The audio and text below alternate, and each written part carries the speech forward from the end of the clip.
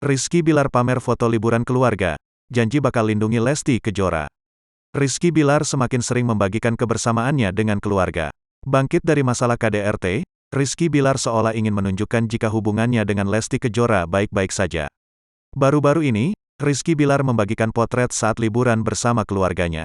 Potret itu diambil saat mereka berlibur ke pantai. Dalam potret itu, Rizky Bilar dan Lesti Kejora tampak bahagia bersama putra sematawayang mereka, Muhammad Leslar Al-Fatih Bilar.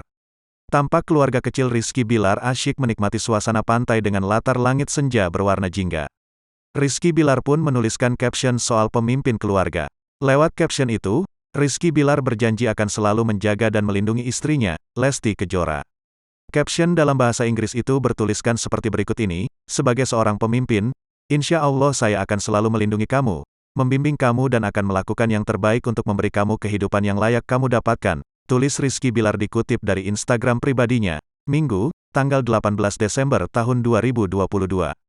Sontak saja, unggahan Rizky Bilar itu menuai beragam komentar dari warganet. Tak sedikit warganet yang turut mendoakan keluarga Rizky Bilar dan Lesti Kejora agar selalu bahagia. Bahagia terus ya keluarga kecil Papa Bi dan Bunda Lesti, semua sehat selalu amin, komentar seorang warganet.